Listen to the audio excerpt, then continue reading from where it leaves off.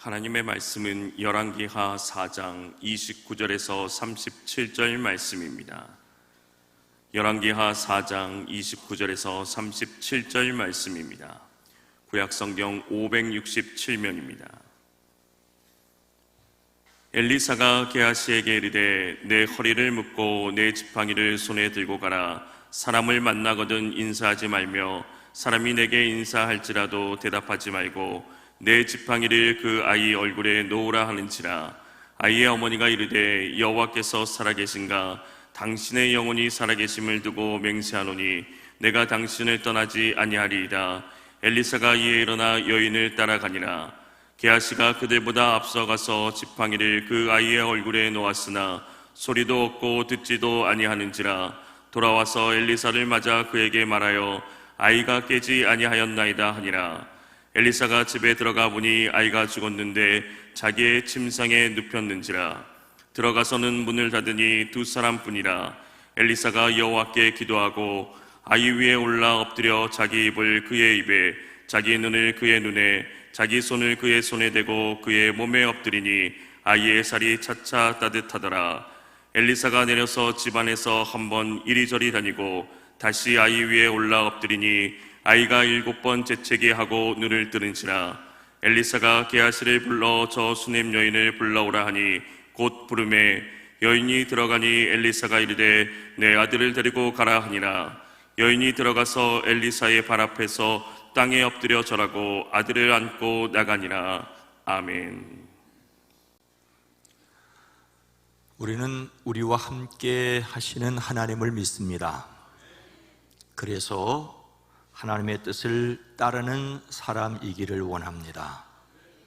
또한 이 세상 모두가 하나님의 뜻에 순종하기를 바라 기도하며 작은 일이라도 행동하는 사람 되어지기를 축복합니다.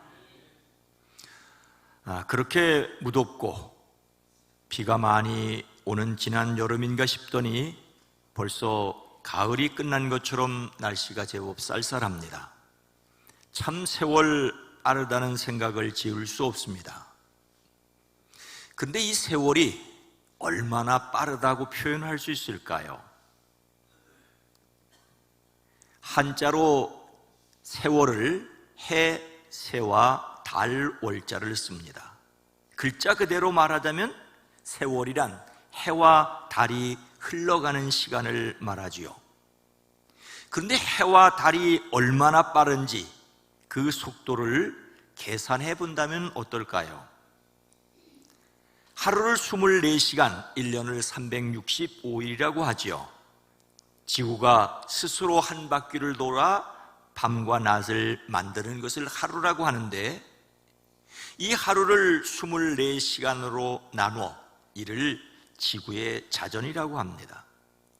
지구의 자전 속도는 지구 둘레 약 4만 킬로미터 나누기 24시간 나누기 60분 나누기 60초로 하면 465가 됩니다. 이 지구는 1초에 436m씩 돌아요. 지 혼자. 어지럽죠? 안 어지러운 이유는 중력이 있기 때문입니다. 세월은 1초에 436m를 흘러간다는데 실감은 나지 않습니다. 실감 나면 큰일 납니다. 1년은 이 지구가 태양 주위를 한 바퀴 도는 시간을 가리키는데 이것이 365일 걸려요. 이것을 지구의 공전 속도라고 합니다. 지구가 태양 주위를 한 바퀴 돌려면 1초에 30km씩, 1초에 30km씩 달려가고 있습니다. 어지럽죠? 역시 안 어지러운 이유는 중력 때문에 그렇습니다. 실감이 안 납니다. 이거 실감 나면 큰일 납니다. 근데 여러분, 승용차가 시속 100km로 달린다면 그 차는 1초에 27km씩 달리는 거지요. KTX가 시속 300km로 달린다면 초속 83m씩 달리는 거예요. KTX는 1초에 83m를 달려갑니다. 이것도 빠르다고 느끼지만 지구의 자전 속도에 비하면 그야말로 아무것도 아닙니다.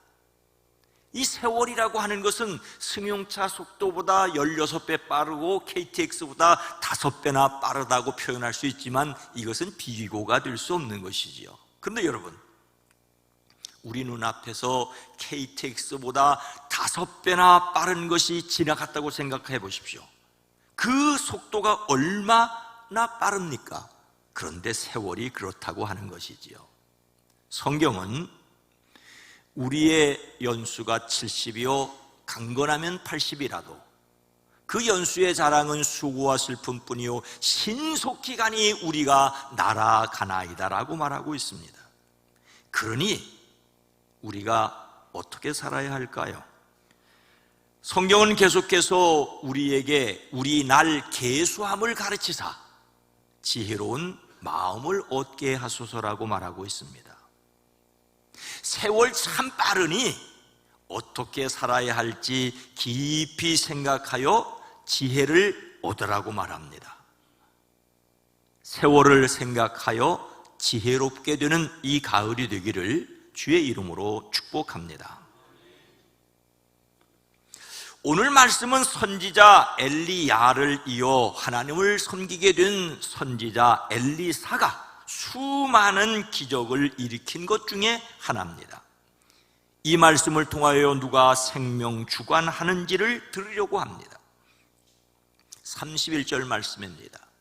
게하시가 그들보다 앞서가서 지팡이를 그 아이의 얼굴에 놓았으나 소리도 없고 듣지도 아니하는지라 돌아와서 엘리사를 맞아 그에게 말하여 아이가 깨지 아니하였나이다 하니라.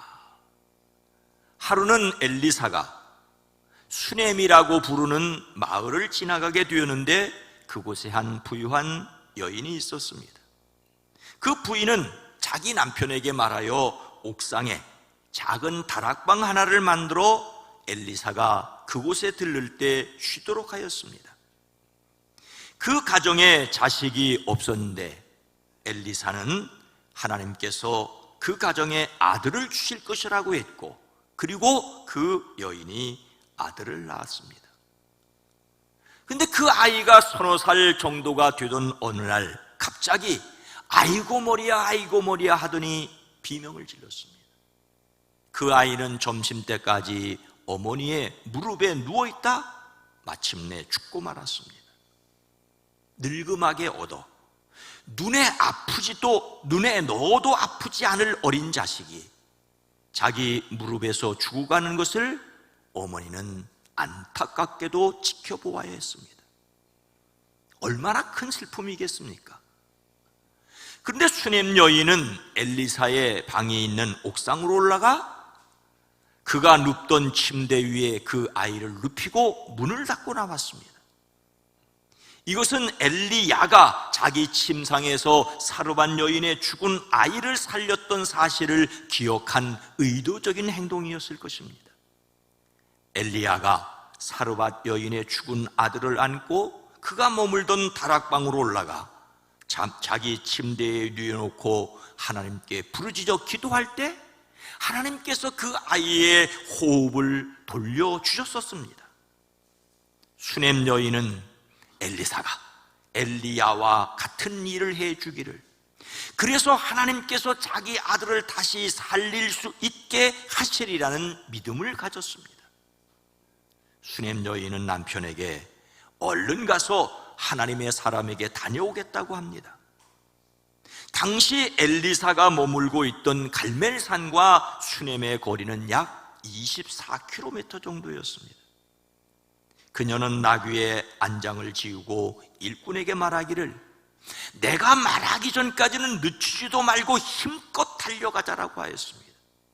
그리고 갈멜산 엘리사에게 이르렀습니다. 그 여인은 하나님의 사람에게로 가서 그의 발을 꼭 껴안았습니다. 상대방의 발을 안는다는 것은 그 발 앞에 엎드리는 것으로 강력한 호소를 뜻합니다. 회당장 야이로는 죽은 딸을 위하여 예수님의 발 아래에 엎드렸습니다. 죽은 나사로의 누이 마리아는 예수님의 발 앞에 또한 엎드렸습니다. 수냄 여인은 하나님의 사람 엘리사만이 자신의 죽은 아들을 살아나게 할 수 있다는 믿음을 그렇게 표현했던 것이죠. 이에 엘리사는 시종 게하시에게 자기 지팡이를 들고 가서 그 아이의 얼굴 위에 놓으라고 합니다. 엘리사 자신이 직접 가지 않고 자기 지팡이를 시종에게 들려보냅니다. 이것은 그에게 영적 권위를 부여하신 하나님께서 직접 그 일에 관여하여 친히 일하시기를 바라는 것이었습니다. 그런데 아이 엄마가 말합니다. 하나님의 사람, 하나님이 살아계심과 선지자의 목숨이 살아계심을 두고 맹세합니다. 저는 어떤 일이 있어도 예언자를 떠나지 않겠습니다. 즉 엘리사가 직접 가지 않고 시종에게 지팡이를 들려보내는 것은 믿을 수 없다는 말입니다. 엘리사가 함께 가야만 한다는 말입니다. 그래서 엘리사는 하는 수 없이 일어나서 길을 나섰습니다. 그래도 엘리사의 명령을 받은 게하시는 앞장서 달려갔지요. 자기 자랑 잘하고 속셈 잘 계산하는 게하시에게는 엄청난 기회였습니다. 그는 가서 아이 얼굴에 엘리사의 지팡이를 올려놓았습니다. 하지만 아무 소리도 없고 아무런 기척도 없었습니다. 게하시는 할 수 없이 되돌아오다 따라오고 있던 엘리사를 만나 아이가 깨지 않는다라고 하였습니다. 어찌된 일인지 수냄 여인의 요청에 엘리사가 처음으로 가지 않으려고 하였고 게하시에게 자기 지팡이를 들려보냈습니다. 수냄 여인은 이렇게 하는 것을 못마땅하게 여겼습니다. 게하시에 대한 수냄 여인의 불신이 어쩌면 그 아들을 살지 못하게 하였을 수 있습니다. 그러나 여기에서 우리가 알아야 할 중요한 것은 이것입니다. 사람이 사람의 생명을 살릴 수 없습니다. 성령께서 강력하게 역사하실 때, 심지어 사람들이 사도 바울이 몸에 지니고 있던 손수건이나 두르고 있던 앞치마를 가져다가 그 앓는 사람 위에 얹기만 해도 병이 물러가고 악한 귀신이 쫓겨갔습니다. 이것을 미신적인 행위로 오해하지 말아야 합니다. 그렇다고 하나님의 능력을 마음대로 오용하려고도 하지 말아야 합니다.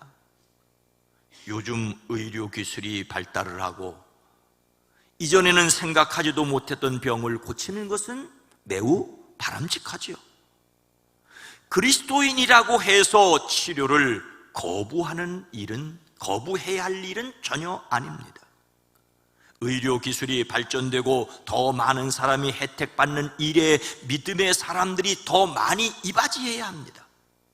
그러나 사람이 사람 생명을 좌지우지한다는 교만은 버려야 합니다.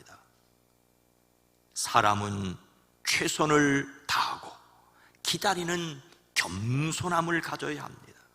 하나님께서 하실 일을 기대하고 기다리는 겸손함이 저와 여러분 모두에게 있어지기를 주의 이름으로 축복합니다.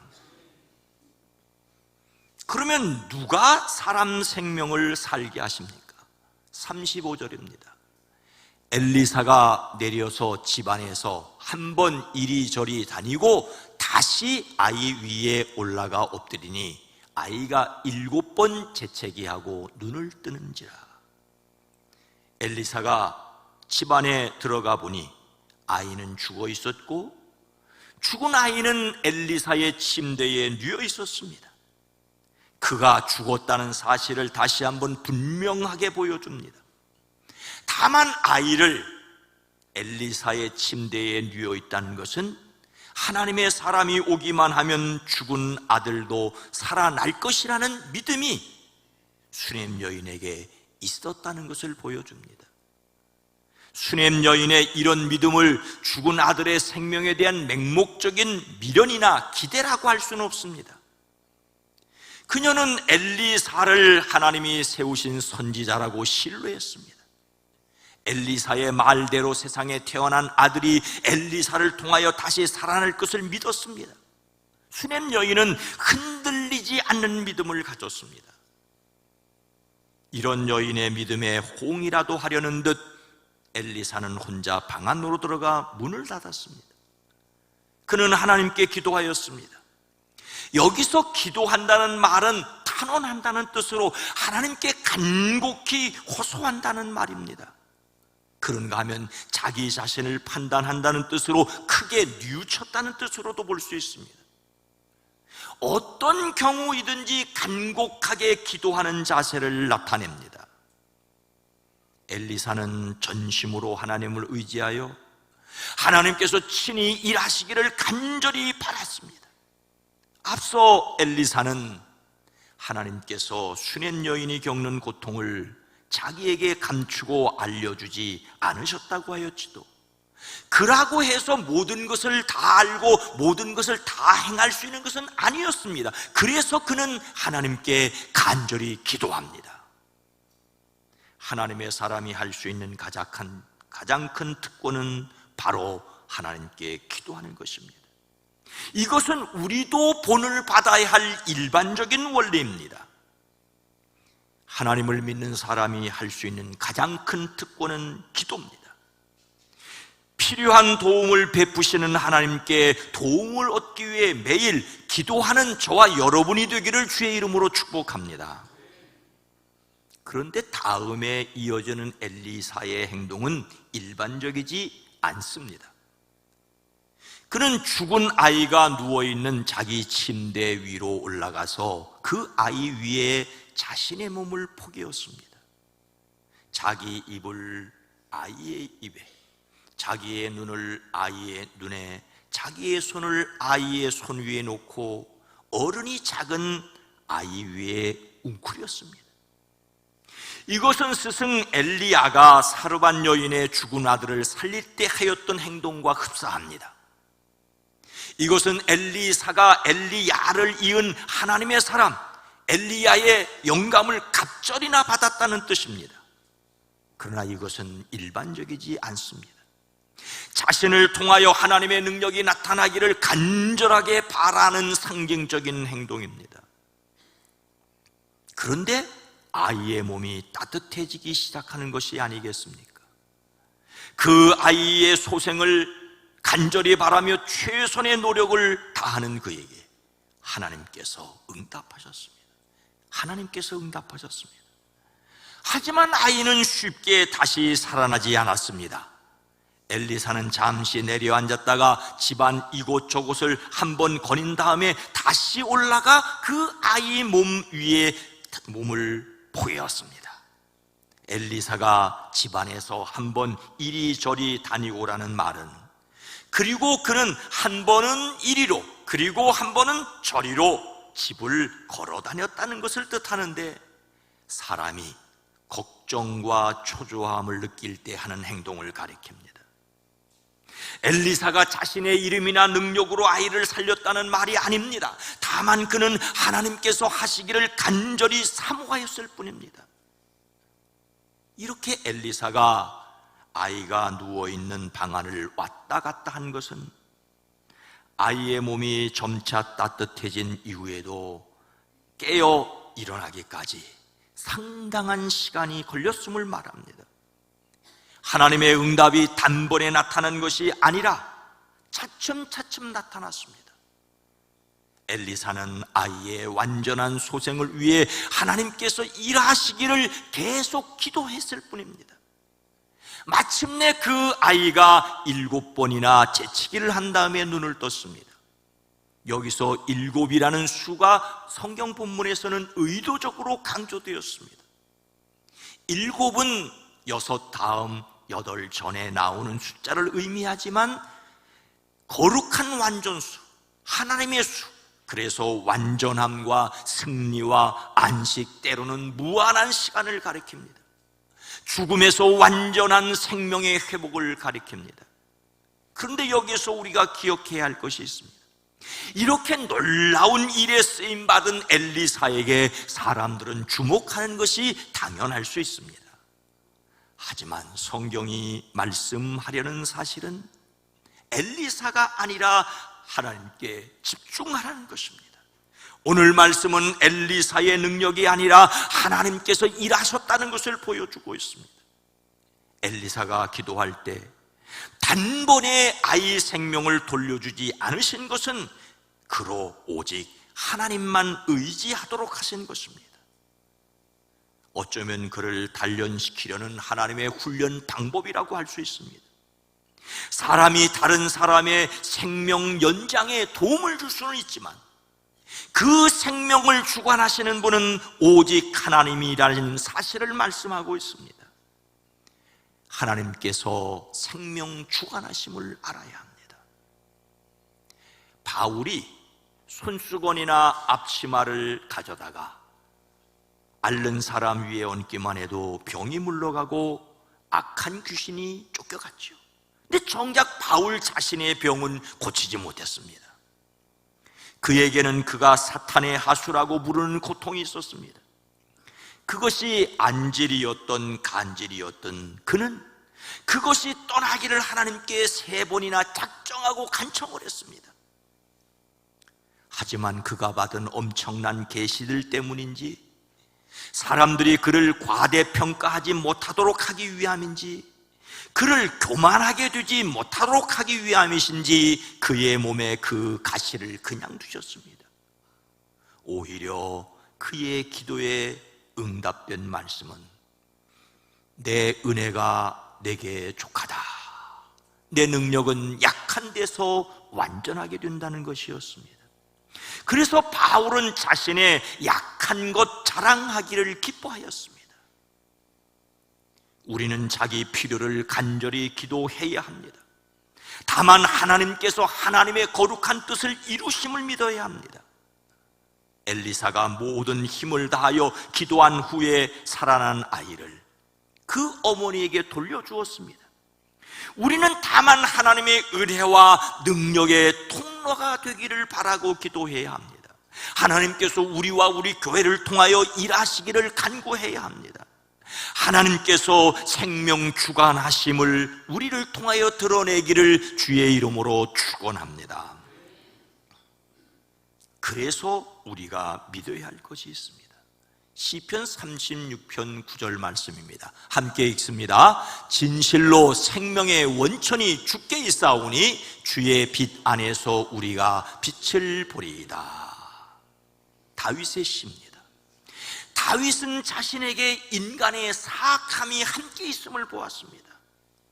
인간 마음 깊은 곳에 반역의 충동이 있고 그 눈에 하나님 두려워하는 기색이 조금도 없음을 보았습니다. 이런 인간에게 희망은 한결같은 하나님의 사랑일 뿐입니다.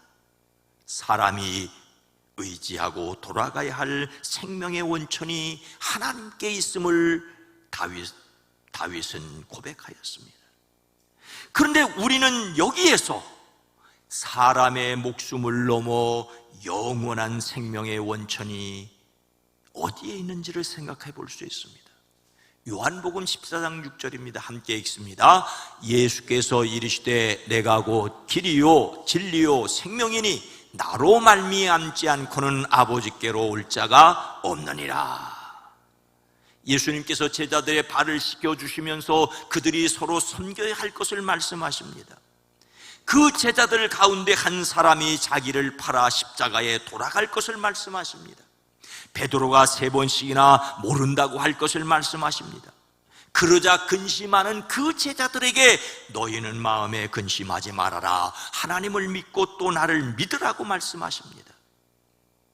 사람이 마음에 근심하지 말고 예수님을 믿어야 할 근거는 나는 길이요 진리요 생명이라고 말씀하십니다. 예수님께서는 자신이 누구신지를 분명하게 말씀하십니다. 이것은 다른 사람들의 평가가 아니라 예수님 자신의 선언입니다. 예수님께서 자신은 사람들이 하나님께로 나아가는 길이라고 말씀하십니다. 그러니 자기 자신은 진리 그 자체라고 말씀하십니다. 그러기에 영원한 생명 그 자체라고 하십니다. 여기에서 생명은 단지 목숨이 좀 더 길어지는 것이 아니라 영원히 살아나게 하는 영생을 가리킵니다. 우리는 예수님께서 영생 주심을 믿어야 합니다. 우리는 하나님께서 엘리사를 통하여 수넴 여인의 죽은 아들이 살아난 말씀을 통하여 영생을 주시는 예수님에까지 이르렀습니다. 사람이 사람 목숨 연장을 도울 수 있지만 생명 그 자체를 줄 수는 없습니다. 오직 하나님께서만 생명 주시기에, 그리고 또한 영원한 생명을 주시기에 다만 그 생명을 믿고 기도해야 할 뿐입니다. 성경은 하나님이 세상을 이처럼 사랑하사 독생자를 주셨으니 이는 그를 믿는 자마다 멸망하지 않고 영생을 얻게 하려 하심이라고 말씀하십니다. 또 말씀하시기를 내가 진실로 진실로 너희에게 이르노니 내 말을 듣고 또 나 보내신 이를 믿는 자는 영생을 얻었고 심판에 이르지 아니하나니 사망에서 생명으로 옮겼느니라고 말씀하십니다. 예수님을 그리스도로 믿는 사람들이 멸망하지 않고 사망에서 옮겨 생명을 얻었습니다.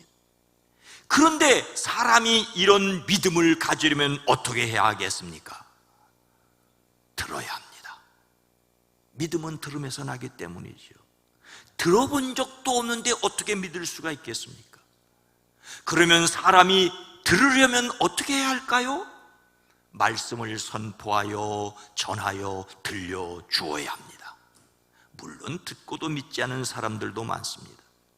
하지만 먼저 믿은 사람이 할 수 있는 일은 듣도록 전하는 것입니다.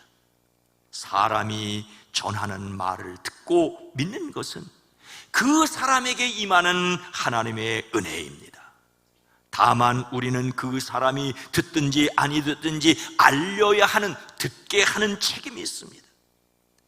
새생명 감사축제, 이것은 사람들에게 전하여 듣도록 하여 초청하는 것입니다. 우리가 사람을 살릴 수는 없습니다. 그런데 사람을 살리는 데 쓰임받을 수가 있습니다. 먼저 한 생명을 위해 기도해야 합니다. 영혼을 품고 기도하고 사랑으로 섬겨야 합니다. 여기까지가 우리가 할 수 있고 해야 할 일입니다. 그 다음은 하나님이 하십니다. 하나님께서 하실 것을 기대하고 섬기고 초청하는 사람들이 되기를 주의 이름으로 축복합니다. 엘리사가 간절히 기도한 것처럼 자신이 사람의 영혼을 지키고 장차 하나님께 보고할 사람처럼 간절한 사람들이 되기를 주의 이름으로 축복합니다. 사랑하는 성도 여러분, 우리는 하나님께서 생명을 다스린다는 믿음을 고백합니다. 그런데 이런 고백은 엄청난 위기에 처했습니다. 사람의 생명을 가볍게 여기는, 너무 허무하게 생명이 쓰러지는 세상 속에 있기 때문입니다. 지난 26일 현재 전쟁 발발 이후 가자 지구에서 누적 사망자 수가 최소 6,546명에 이른다고 가자 지구 보건부는 밝혔습니다. 이로써 이스라엘과 팔레스타인 양쪽 사망자는 총 8,000명을 넘었습니다. 팔레스타인이 피해를 많이 입고 있다는 것에 맞서 이스라엘은 하마스가 자행한 민간인 학살 등 전쟁 범죄 장면을 언론에 공개했습니다. 영상에서는 하마스 무장 세력이 이스라엘 가정집에 들어가 테이블 밑에 숨어있는 어린 소녀에게 말을 건 이후에 총으로 쏘는 장면, 땅바닥에 누워있는 남성의 머리를 농기구로 내리치는 장면, 상처 입은 여성 군인을 살해하는 장면 등이 담겼다고 합니다. 목이 잘린 군인, 불에 탄 아이 시신 이미지가 공개되었습니다. 그런가 하면 팔레스틴은 이스라엘의 공습으로 다친 가자 지구에 한 어린아이가 누워있는 모습을 공개했습니다. 가족들은 아이가 사망할 때 신원 확인을 위해 몸에 이름을 적어 놓는다고 합니다. 가자 지구의 어린이들이 공습에 대한 공포로 경련과 야요증, 심각한 트라우마에 시달리고 있다는 것을 말하고 있습니다. 자, 이런 형편에서 하나님께서 생명을 다스린다는 말이 현실적으로 얼마나 설득력이 있겠습니까? 하나님을 믿지 않는 사람들조차 정말로 하나님이 계시다면 이럴 수는 없다고 탄식을 합니다. 믿지도 않는 하나님을 원망하는 형편입니다. 하나님을 믿지 않는 그들도 하나님이 사람들의 일에 나서주기를 기도하고 있습니다. 여기에서 우리 믿는 사람들이 조심해야 할 한 가지 말씀을 드립니다. 그것은 운명론에 사로잡혀서는 안 된다는 것입니다. 사람 죽을 때가 됐으니 죽는 것이고 그렇게 죽는 것도 하나님 뜻이라고 가볍게 말하지 말라는 것입니다. 물론 예수님께서는 너희에게는 머리털까지 다 세신 바 되었나니라고 말씀하십니다. 하나님이 허락하시지 아니하면 단돈 몇 푼에 팔리는 참새라도 땅에 떨어지지 않을 것은 분명합니다. 그런데 사람이 원한과 보복 등의 이유로 하나님이 다스리는 생명을 해친다면 이것은 생명의 주관자이신 하나님께 짓는 죄악입니다. 예수님께서 분명히 몸은 죽여도 영혼은 능히 죽이지 못하는 자들을 두려워하지 말고 오직 몸과 영혼을 능히 지옥에 멸하실 수 있는 이를 두려워하라고 말씀하십니다. 사람 목숨을 해치는 일이 세상에 있음을 예수님께서는 분명히 말씀하십니다. 하지만 그 결과는 지옥에 멸하는 것이라고 강조하여 말씀하십니다. 하나님이 다스리는 생명을 사람이 마음대로 해치는 것은 하나님께 대항하는 죄악입니다. 그래서 전쟁하지 말아야 하고 전쟁이 일어나지 말도록 우리는 노력을 해야 합니다. 자신의 생명조차 자기 마음대로 해하지 말아야 합니다. 그래서 우리는 기도해야 합니다. 하나님께서 생명 다스림을 믿기에 생명을 존중하고 생명을 가볍게 여기는 죄악이 멈추기를 힘쓰고 기도하는 사람들 되어지기를 주님의 이름으로 축원합니다. 거룩하고 자비로우신 아버지 하나님, 사람이 사람의 생명을 가볍게 여기는 일들이 너무나도 많은 세상을 살아가고 있습니다. 전쟁터에서뿐만 아니라 이유도 없이 길을 가다가 생명을 잃는 사람들이 있는 이 세상입니다. 그래도 하나님께서 생명을 다스림을 믿기에 하나님의 다스림에 거역하는 악한 전쟁과 범죄가 이 세상에서 우리의 주변에서 일어나지 않게 하옵소서. 그 일에 쓰임받는 교회, 그 일을 위해 수고하고 노력하는 선한 사람들이 많아지게 하옵소서.